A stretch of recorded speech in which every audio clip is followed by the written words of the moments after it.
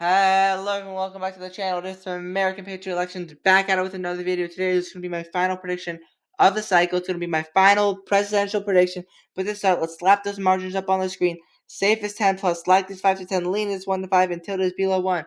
But this start, let's do these safe Democrat states. The safe states for Kamala Harris is going to be Washington, Oregon, California, Colorado, Illinois, Maryland, Delaware, Connecticut, Rhode Island, Massachusetts, Vermont, Hawaii, and New York. Now, I do think New York is going to shift massively to the right. I don't think it's going to shift enough because it voted for Joe Biden by 24.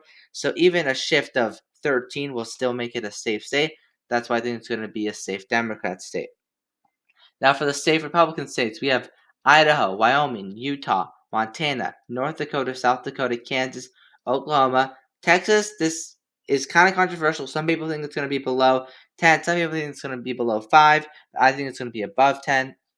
Louisiana, Mississippi, Alabama, Florida, South Carolina, Tennessee, Arkansas, Missouri, Kentucky, West Virginia, Indiana, Ohio, and Iowa. But before I want to talk about Iowa, we have to talk about the most reliable pollster of the country, Ann Selzer, who had Kamala up by 3 in Iowa.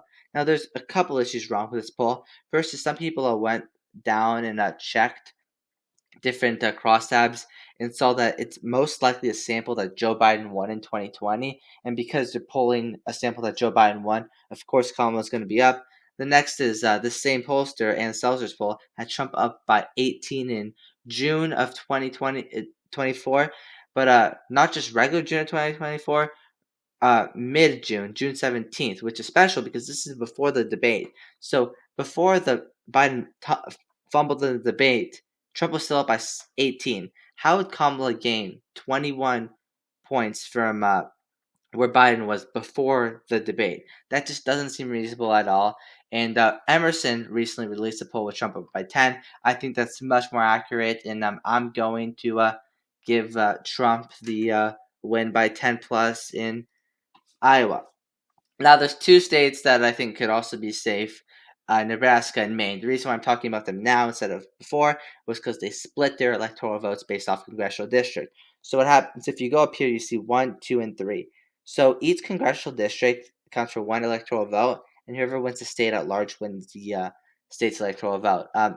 No one really disputes that Maine's first district is going to Kamala Harris, and no one disputes that Nebraska, the state, and Nebraska's first and third district are going for Donald Trump. In addition, Maine at large polling is looking pretty good for Harris. She's up by around 11. Some polls have her up by 9. Another poll has her up by 17. But 3 of these 4 polls are from the same pollster, by the way. But Biden only won it by 8.7. Hillary by 2.9. So I do think it's going to be slightly below 10. I think Maine at large is going to be likely. Now for Nebraska's second district, Kamala made a pretty big play for this. She's doing pretty good in polls. Here's RCP's. Nate Silver's polling average has her up by 9.5. So I do think it's going to be likely Democrat. For Maine's second district, polling is looking pretty good for Trump. Trump won it by a lot in 2016-2020. For Nate Silver's polling average, Trump is up by 5.4, and that's why I think it's going to be likely Republican. The next state is Alaska, which voted for Trump by 15.2 in 2016 and 10.1 in 2020. That's a pretty big shift. It's not looking great for Trump. According to Nate Silver, Trump's up by 8.8 in that polling average. So I don't really think it's going to be greater than 10. I think Alaska is going to be likely Republican. Next state is New Mexico. Kamala's up by 6.7 in polls. I think it's going to be around there. It voted more for Biden. It voted more for Hillary, but both of them were around 10. I do think a shift to 6.7 is pretty reasonable. Hispanics are trending to the right, which is why I do think that it's going to be a likely Democrat state.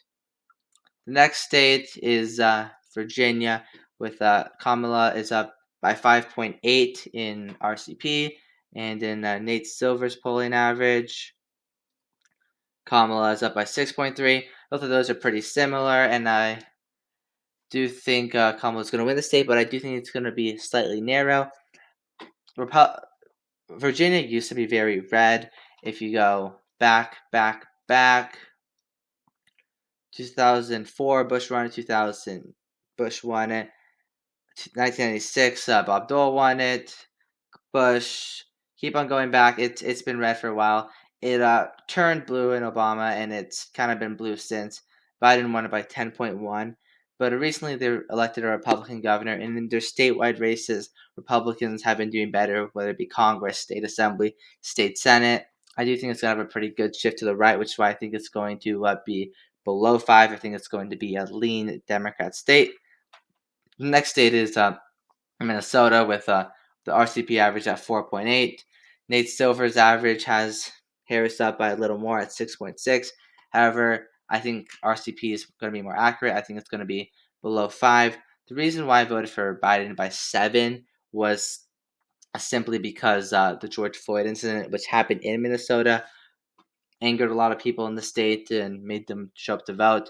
Polling was actually underestimating Trump in Minnesota in 2020, but in 2016, it overestimated Trump. In 2016, it underestimated Trump by a lot. There is an RCP average for the state, but if you just look at polling in general, Clinton was up by a lot before barely winning by 1.5. I don't think it's going to be as close, but I do think it's going to be lean Democrat. The next state is New Jersey, which I should have done much earlier.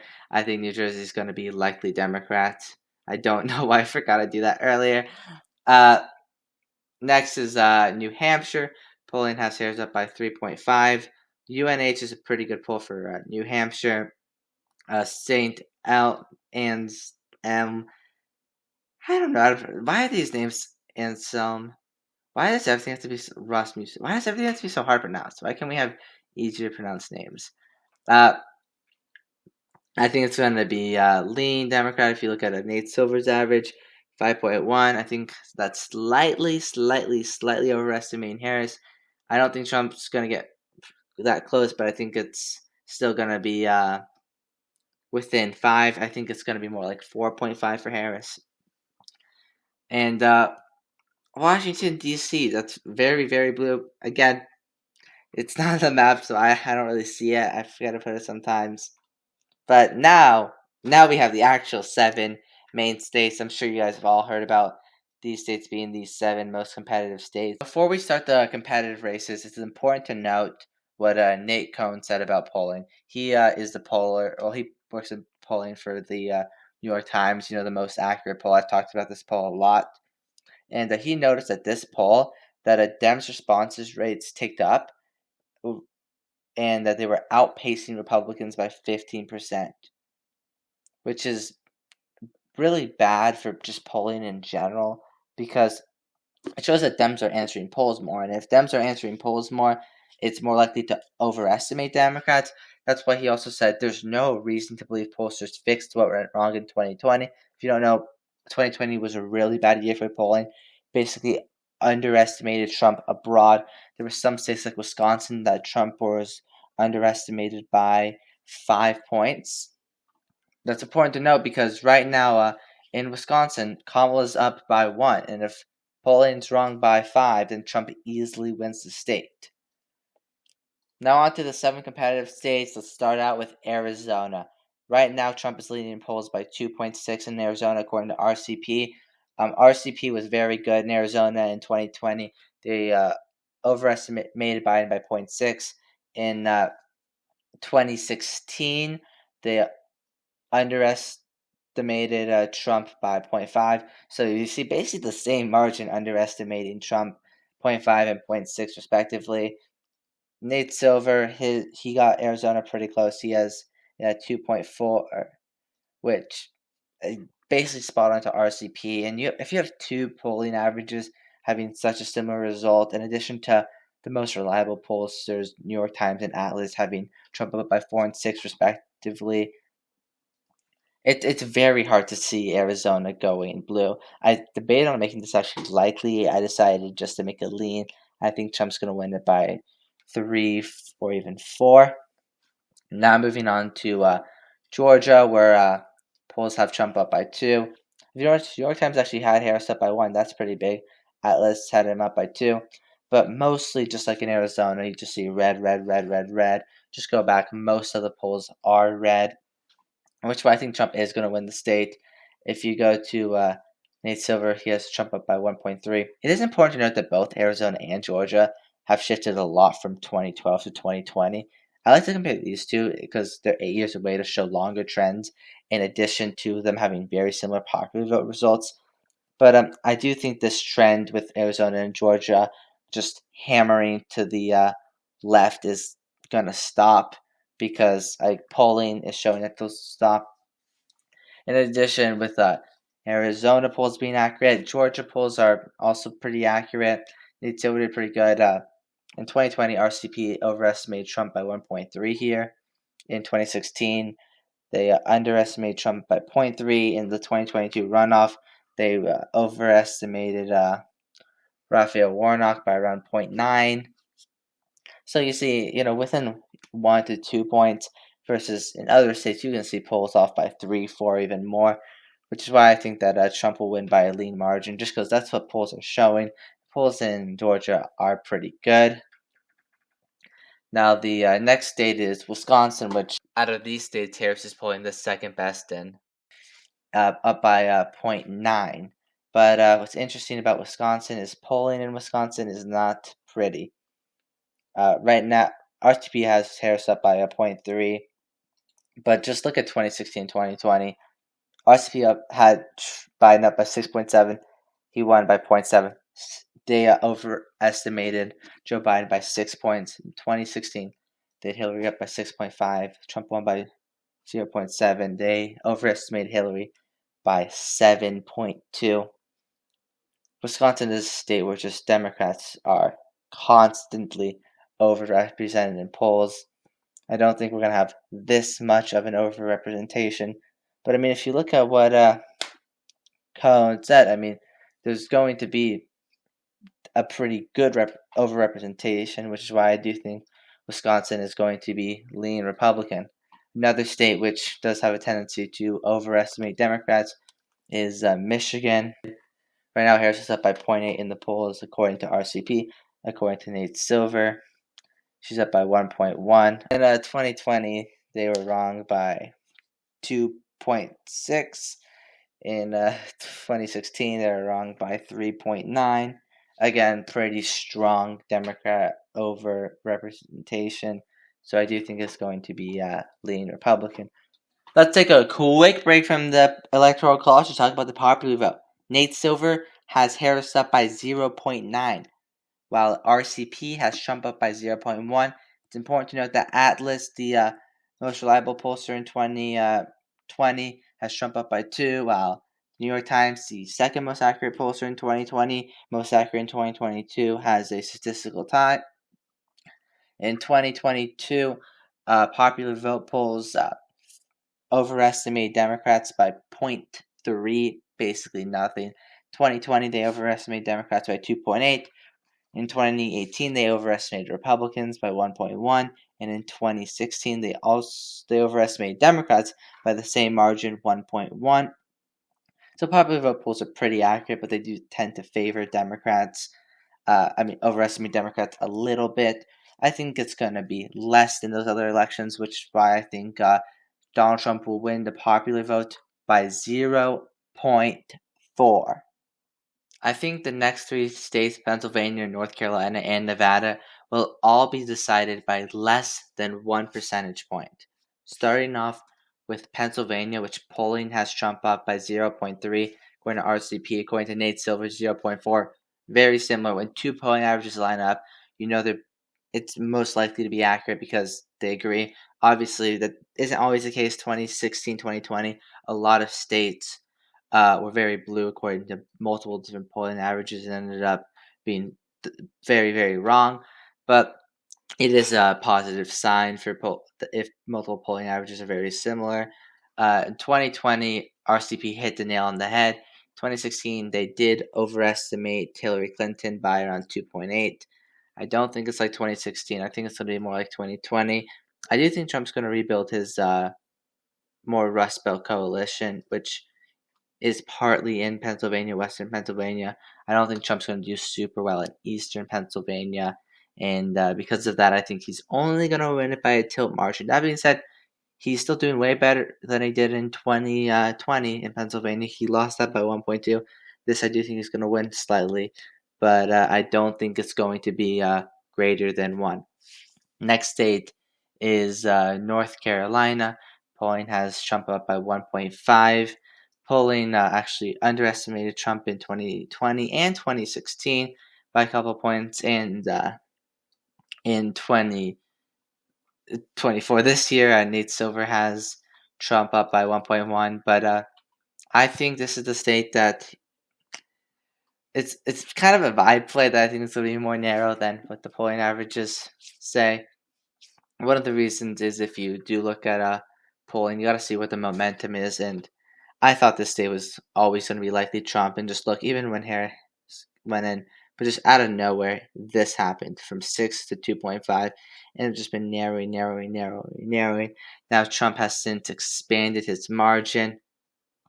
But I think Harris played very competitively in North Carolina. The New York Times, or most accurate pollster, has Harris up in North Carolina. I don't think Harris is going to win, but I think it's more narrow than what a lot of pollsters have, and therefore I think North Carolina is going to be tilt Trump. Nevada Trump's up by 1 in polls. It's important to note that you have the two best pollsters, New York Times and Atlas, very, very different. Atlas has Trump up by 6. New York Times has Harris up by 3. So this is, I guess, a good test to see which pollster we should trust moving forward. For statewide polls, remember, national polls and statewide polls are different. Some pollsters are really good at national polls. Some pollsters are really good at statewide polls. But I'm excited to see what the result is for here.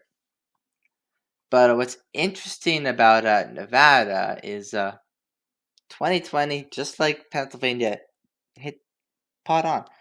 There wasn't as much polls in Nevada as there were in other states. It wasn't really a big part of anyone's path to victory in 2020. In 2016, they did overestimate Trump. In 2022, they overestimated Adam Laxalt by a lot, 3.4. It's important to note that early vote data in Nevada is looking pretty good for Republicans. This is John Ralston on MSNBC. He's known for Nevada. But according to the New York Times, which polled Nevada, had Harris up, they polled the people doing early votes, and it turns out most of the independents voting early in Nevada are voting for Harris. Because of that, even though Trump's up in a lot of polls, Trump's up in early vote. Republicans are up in early vote, but in reality, Harris is probably up in early vote, meaning that I think Harris is going to narrowly win Nevada. I think Nevada is going to be the closest state. So I'm predicting 306 to 232. I think Donald Trump's going to win the popular vote by 0.4, and I think he's going to win the Electoral College by 306 to 232, which is kind of funny because if you look at 2016, same margin, exactly 306 to 232, and in 2020, same exact 306 to 232. But that is my prediction. Comment down yours below. Please like, subscribe, hit the notification bell. Watch my Senate prediction. It's on the left, and let's win.